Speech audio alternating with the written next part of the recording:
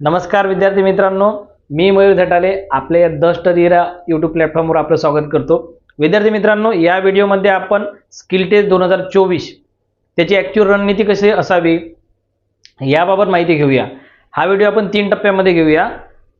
पहिला की ह्या 2-3 दिवसात म्हणजे परीक्षेपर्यंत नेमका सराव कसा असावा। दुसरा टप्पा की परीक्षेच्या अगोदरच्या दिवशी तुम्ही काय सराव करावा आणि परीक्षेला कुठल्या कुठल्या गोष्टी घेऊन जायच्या सोबत त्याबाबत माहिती घेऊ। आणि तिसऱ्या टप्प्यामध्ये ॲक्च्युअल 32 मिनिटाची एक्झाम जी तुमची रणनीती कशी असावी याबाबत माहिती घेऊया। तर टप्पा 1 तो म्हणजे आता ह्या जे 2-4 दिवस उरलेले आहेत तुमच्याजवळ, ह्यात तुम्ही नेमका काय सराव करावा। तर ह्याच्यामध्ये इंग्लिश तसे मराठी टायपिंग असणाऱ्यांनी लेसन टाईप करा। सर्व लेसन टाईप करा। लेसन टाईप करत असताना कशा पद्धतीने टाईप करायचे की तुमचा जो प्रत्येक लेसन आहे त्याचे फक्त 10-10 ओळी तुम्ही टाईप करा। अशा प्रकारे तुम्ही संपूर्ण लेसन रोज संपवा।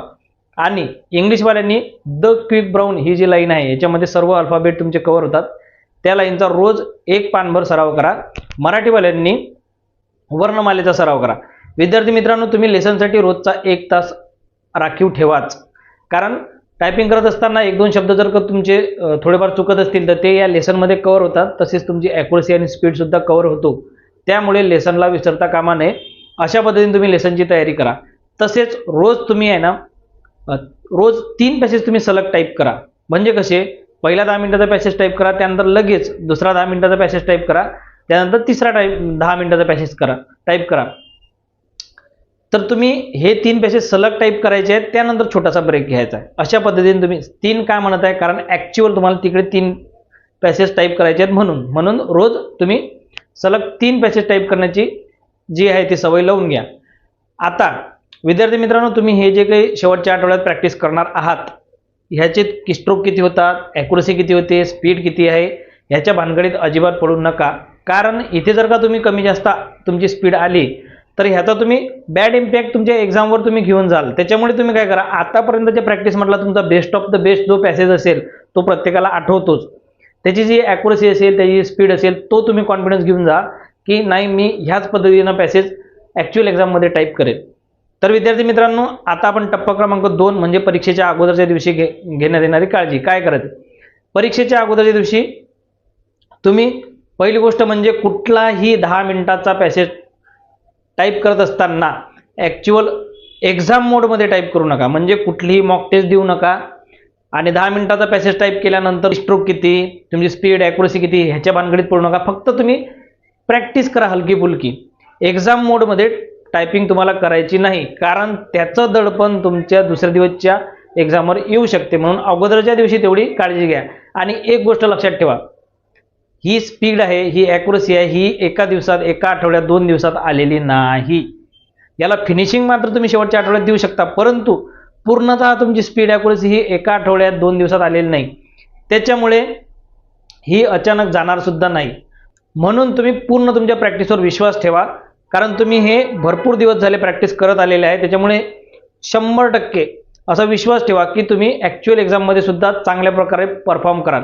तर विद्यार्थी मित्रांनो, आपण टप्पा क्रमांक 2 वर परीक्षेच्या अगोदर दिवशी काय काळजी घ्यायची। दुसरी गोष्ट महत्त्वाची की तुम्हाला जर का तुम्ही बाहेरून येणार असाल फार लांबून, तर मुंबई सेंटर दूर पडत असेल तर तुम्ही शक्यतोवर अगोदरच्या दिवशी एक्झाम सेंटर जवळ राहण्याची सोय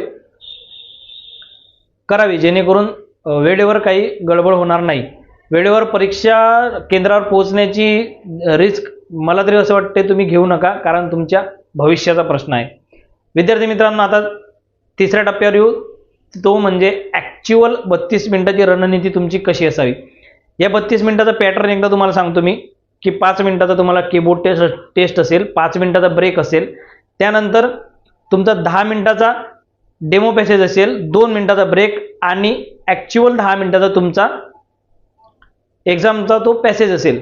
विद्यार्थी मित्रांनो, आता आपण स्टेप बाय स्टेप जाऊया। तुमचं पहिल्यांदा असेल 5 मिनिटाचा कीबोर्ड टेस्ट। याच्यामध्ये काय करायचं आहे तुम्हाला, त्याच्याही आधी तुम्हाला सांगतो, तुम्ही जेव्हा एक्झाम हॉलमध्ये जाताना तेव्हा हे सगळी प्रोसेस सुरू व्हायच्या आधी लॉग इन वगैरे सगळं केलं, तुम्हाला तुमचा PC मिळाला, तुम्ही तुमच्या PCच्या समोर बसलेला, स्वतःला पूर्ण कम्फर्टेबल करून घ्या। छान नीट अँड क्लीन मस्त थंड वातावरण असते, स्वतःला कम्फर्टेबल करा। स्वतःची चेअर, आजूबाजूचं सगळं व्यवस्थित वातावरण थोडं कॅप्चर करा, कम्फर्टेबल व्हा। त्यानंतर तुमचे जो होते सुरू 5 मिनिटाची कीबोर्ड टेस्ट. त्या कीबोर्ड टेस्टमध्ये तुम्हाला काय करायचं आहे, तुम्हाला ॲक्च्युअल पॅसेजमध्ये ज्या कीज प्रेस करायच्या आहेत त्या एकदा सर्व प्रेस करून घ्या. जर का त्याच्यामध्ये काही टेक्निकल प्रॉब्लेम असेल तर तिथं जे परीक्षा निरीक्षक आहेत त्यांच्या ते तसं लक्षात आणून द्या. शक्यतोवर सर्व सेटिंग आणि कीबोर्ड सुस्थितीतच असतात. विद्यार्थी मित्रांनो, एक अजून काळजी घ्यायची आहे तुम्हाला या 5 मिनिटाच्या कीबोर्ड टेस्टमध्ये, की तुम्हाला अननेसेसरी कुठल्याही की प्रेस करून बघायच्या नाहीत. जसे की फंक्शन की आहेत, कॅप्स लॉक आहे, टॅब आहे. हे बटन, या बटनाची तुम्हाला अजिबात गरज नाही. त्या बटनाचं तुम्ही प्रेस करून बघू नका. विद्यार्थी मित्रांनो, हे 5 मिनिटाची कीबोर्ड टेस्ट झाल्यानंतर 5 मिनिटाचा ब्रेक आहे. त्या 5 मिनिटाच्या ब्रेकमध्ये तुम्ही काय करा, मस्त स्वतःला शांत ठेवा. हाताला घाम आला असेल तो पुसून काढा. एकदम शांत राहा. ठीक आहे. या 5 मिनिटाच्या ब्रेक नंतर असेल 10 मिनिटाचा तुमचा डेमो पॅसेज. आता या 10 मिनिटाच्या डेमो पॅसेजमध्ये एकच काळजी घ्यायची आहे तुम्हाला, ती म्हणजे पूर्ण ताकदीनं हा डेमो पॅसेज टाईप करायचा नाही. कारण तुम्हाला तुमची ताकद, तुमचा जो कॉन्फिडन्स आहे ते सगळं तुम्हाला वाचून ठेवायचं आहे ॲक्च्युअल टेस्टसाठी. त्यामुळे तुम्ही ह्या 10 मिनिटाचा जो पॅसेज आहे तुम्ही तुम्हाला जर पूर्ण 10 मिनिट टाईप करायचे असेल तर टाईप करा, परंतु कसे करा, एकदम हलकं फुलकं. तुम्ही त्या कीबोर्डशी असे कम्फर्टेबल झाले पाहिजे ह्यासाठी तुम्ही टाईप करा. किंवा सुरुवातीचे 5 ते 7 मिनिट टाईप करा, नंतरचं थोडं 1-2 मिनिट आराम करा. विद्यार्थी मित्रांनो, जर तुम्हाला सवय असेल नाही मी हाही 10 मिनिटाचा ताकदीनं टाईप करतो नंतरही 10 मिनिटाचा करतो, तर तुम्ही तुमच्या रिस्कवर करा, नो प्रॉब्लेम. तुम्हाला जशी सवय असेल तशी. पण माझं असं म्हणणं असेल की तुम्ही थोडं हलकं फुलकं टाईप करा, नंतर तुमची ताकद वाचवून ठेवा. विद्यार्थी मित्रांनो, हा 10 मिनिटाचा डेमो पॅसेज झाला की तुम्हाला तुमचे कीस्ट्रोक दिसतात. तुम्हाला अगोदरच्या सुद्धा कीबोर्ड टेस्टमधले तुम्हाला तुमचे कीस्ट्रोक दिसतात. त्याच्या भानगडीत पडू नका. आता एवढे आले मग नंतर किती येतील म्हणजे लगेच कॅल्क्युलेशन करतात. म्हणजे 10 मिनिटाच्या डेमो पॅसेजमध्ये माझे 800 कीस्ट्रोक आले, तर मग आता पुढच्या 10 मिनिटामध्ये माझे किती येतील, म्हणजे असं काही तुम्ही कॅल्क्युलेशन करत बसू नका विद्यार्थी मित्रांनो. कारण ॲक्च्युअलचा जो पॅसेज आहे ना तो महत्त्वाचा आहे, अगोदरचे अजिबात नाही. ते ग्राह्य धरले जाणार नाहीत. आता जेव्हा 10 मिनिटाच्या डेमो पॅसेज नंतर तुमचा 2 मिनिटाचा ब्रेक असतो, तेव्हा तुम्ही स्वतःला शांत ठेवा. कुठलेही निगेटिव्ह विचार येऊ देऊ नका. निगेटिव्ह विचार आले स्वतःच्या प्रॅक्टिसवर विश्वास ठेवा की नाही बाबा मी चांगली प्रॅक्टिस केली, मी माझं चांगल्या प्रकारेच पॅसेज होणार आहे. विद्यार्थी मित्रांनो, जेव्हा आता तुमचा 10 मिनिटाचा ॲक्च्युअल स्किल टेस्टचा पॅसेज होतो तेव्हा आजूबाजूला थोडाफार आवाज होतो. थोडंफार तुम्हाला टेन्शन येऊ शकते. कसं आहे, तुमच्या भविष्याचा प्रश्न आहे, त्याच्यामुळे थोडेफार निगेटिव्ह विचार येऊ शकतात. परंतु तुम्ही एकच फोकस ठेवायचं की बाबा आपल्याला हा 10 मिनिटाचा ॲक्च्युअल स्किल टेस्टचा पॅसेज टाईप करायचा आहे एनी हाऊ, आणि चांगल्या प्रकारे इथून जायचं आहे. तर विद्यार्थी मित्रांनो, जेव्हा तुम्ही ॲक्च्युअल 10 मिनिटाचा पॅसेज सुरू करता तेव्हा सुरुवातीचे जे 30-40 सेकंद आहे ना, एकदमच स्पीड अशी वाढवण्याचा प्रयत्न करू नका. सुरुवातीचे 30-40 सेकंद थोडा हळूहळू स्पीड घ्या, ॲक्युरसीवर भर द्या, आणि त्यानंतर तुमचा पहिल्या मिनिटानंतर तुमचा स्पीड वाढवत नाही. विद्यार्थी मित्रांनो, असं होऊ शकते, होईलच असं नाही, असं होऊ शकते की ते ॲक्च्युअल स्किल टेस्टचा पॅसेज टाईप करत असताना थोडंसं मन भरकडू शकते.